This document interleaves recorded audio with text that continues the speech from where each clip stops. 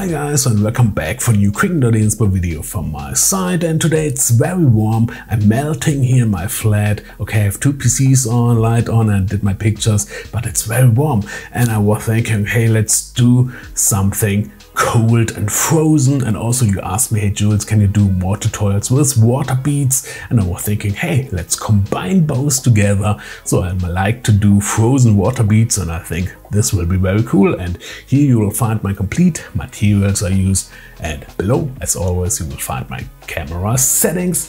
And now let's start with the main item, and the main item will be cooling spray like this here. You don't have to buy this from the company, you can also choose another one if you like to, and take care while using, because this spray will cool down items till -45 degrees, and don't spray it on your skin because this can be very dangerous.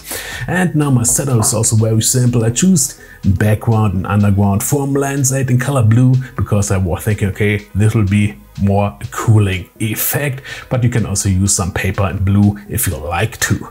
And then you have to place only water bead on the center, and then you have to frozen it with the cooling spray. It's a bit tricky, but I think you can handle it. And then you need only 2 RGB lights on each side. Here, these panels here I used, and then you have to place also in the back a spot like this here to highlight up the water bead. Also you can place here some colorfuls inside to get a different color in the water beads.